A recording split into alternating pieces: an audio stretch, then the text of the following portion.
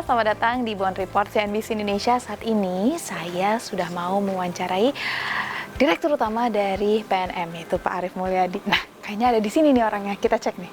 Assalamualaikum. Waalaikumsalam. Bapak, apa kabar? Baik, alhamdulillah. Ini dia Pak Arief. Nah, Pak Arief, ini kan saya baru ke kantornya Pak Arief. Saya nggak tahu nih, ini layar-layar ini apa nih isinya nih Pak nih? Apa Wah, aja? ini terima kasih nih dikunjungin ya. Ini dashboard monitor kami. Kalau bahasa saya ke teman-teman, war room kami. Inilah yang kami pantau ke aktivitas karyawan di seluruh Indonesia. Oke. Jadi contoh ini ada satu titik, misalnya ini di Jawa Tengah tadi Bapak pegang. Jawa Tengah ya, Iya. ini di Tengaran. Nih pagi ini jam berapa tadi? Jam 2 ada pertemuan. Nah, kebetulan yang hadir dari 15 orang cuman 2 orang. Ini kami bisa pantau. Ada pembayaran berapa, ada pencairan berapa kami pantau. Coba yang lain. Ini harusnya lengkap.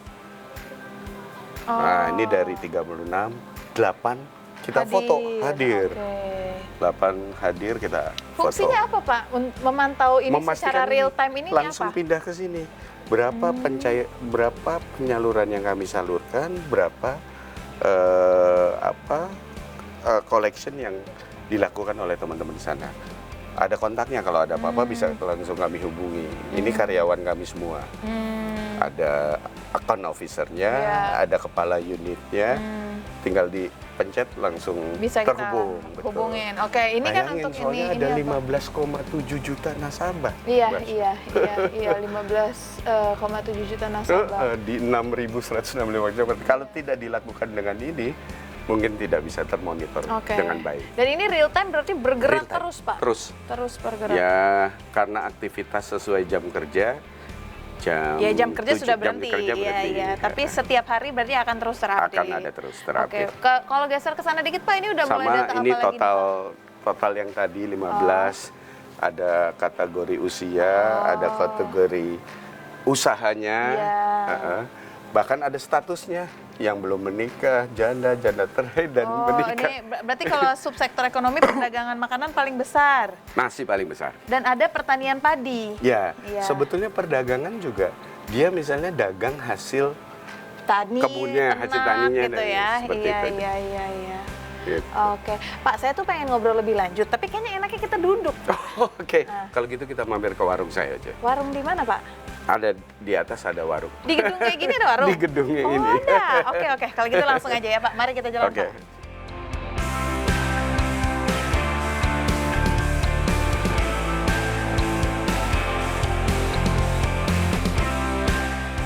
Nah, kita udah sampai di warungnya Pak Arief nih. Namanya Warung Bang Arem. Bang Arem. Arem itu inisial saya, Pak Arief Mulyadi gitu ya. Ini warung di sini emang ada yang belanja masuk ke ruangan Bapak nih, ada Pak?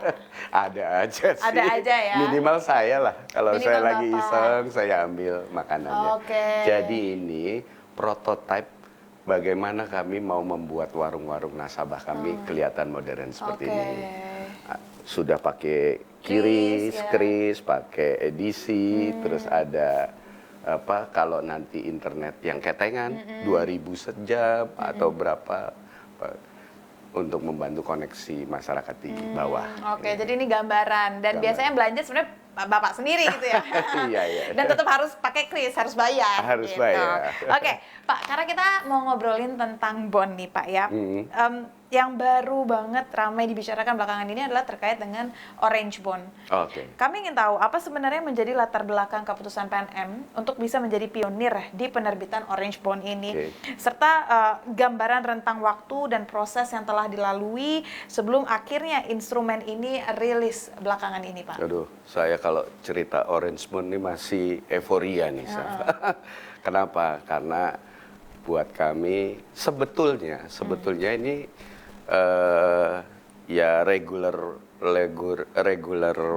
activity di kami aja, bahwa karena kami diberi tugas untuk memberi akses kepada masyarakat, terutama masyarakat yang paling bawah, the bottom of pyramid-nya masyarakat secara ekonomi, memberi akses itu kami harus cari dana, harus fundraising.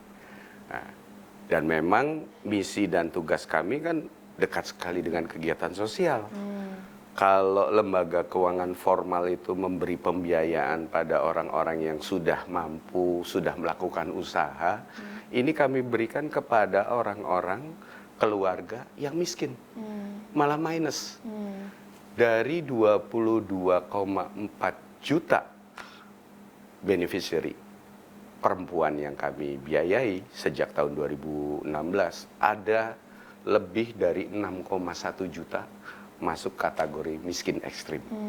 Selebihnya adalah masyarakat miskin dan rentan miskin. Nah, kok muncullah semangat SDGs, kesetaraan gender, women empowerment gitu. Bicara-bicara, wah ini bisa jadi diversifikasi pendanaan kami. Dan buat kami, tadi makanya saya bilang saya sedikit euforia, ini bisa jadi inspirasi buat seluruh pelaku lembaga keuangan, opsi atau alternatif pendanaan. Pendanaan sosial berlandaskan keberlanjutan, masuk di butir kelimanya SDGs, UN SDGs kan, tentang kesetaraan gender dan pemberdayaan perempuan. Labelnya Orange Bond tadi. Orange Bond dan Orange Sukuk. Iya, Orange Sukuk. Apa sebenarnya yang menjadi keunggulannya, Pak? Maksudnya dibandingkan dengan surat utang lainnya? Ini kan ya kalau dari pendanaannya sama aja dengan pendanaan yang lain ya, komersial. Tapi ada nilai sosial yang tersirat di situ. Dan memang tujuannya semangat Orange ini digulirkan untuk menyentuh hati para the have kepada yang paling bawah. Ya. Kalau bahasa saya istilahnya mempertemukan antara Wall Street dengan Back Street. Benar, Wall Street to Back Street. Dan itu juga ada beberapa yang juga menyebutkan seperti itu memang ya, Wall Street ya, to dalam Back diskusi Street, kami kayaknya di berbagai forum sudah lazim lah dibicarakan. Ini social fund, dana-dana berkelanjutan ini merupakan dorongan ke arah situ. Nah, di Indonesia Orange Bond dan Sukuk ini pertama di Indonesia.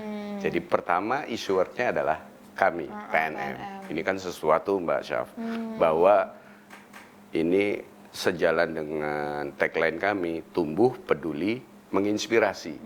Tumbuhnya ya ini normatif lah, semua entiti harus tumbuh. Nasabah yang kami bina juga harus tumbuh. Ditambah dengan ruh kepedulian, peduli.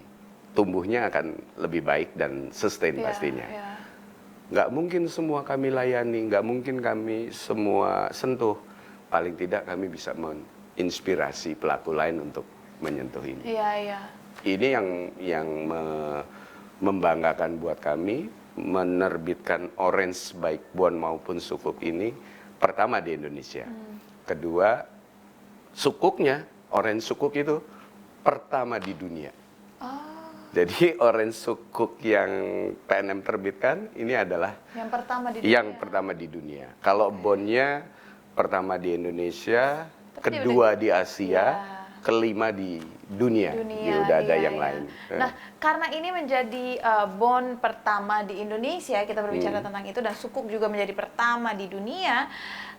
Sejauh ini evaluasinya, Pak, terhadap antusiasmenya, minatnya, dan bagaimana bentuk edukasi yang diberikan juga kepada masyarakat? Oh, tadi saya belum jawab ya pertanyaan Mbak Sab tadi, bahwa prosesnya berapa lama Pak?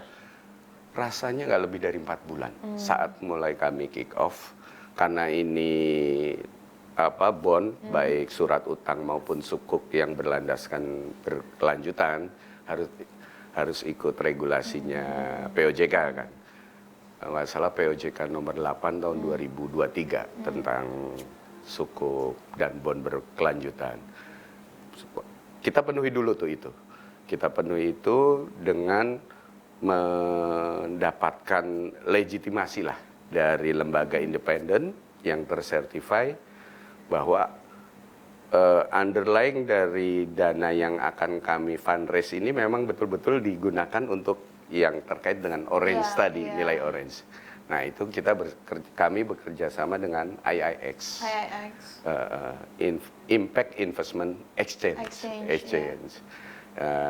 mereka setelah mereka menyatakan sini sudah comply, sudah sesuai dengan nilai-nilai orange, baru OJK menyetujui. Mulai itu sampai kemarin book building aja kita cuma lakukan 8 hari, langsung full subscribe. Oversubscribe bahkan saya dengar.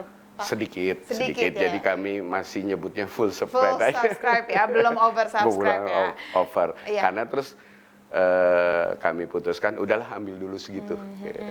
Ya coupon rate-nya juga buat kami cukup bagus lah. Buat investor bagus, buat kami bagus juga. Iya.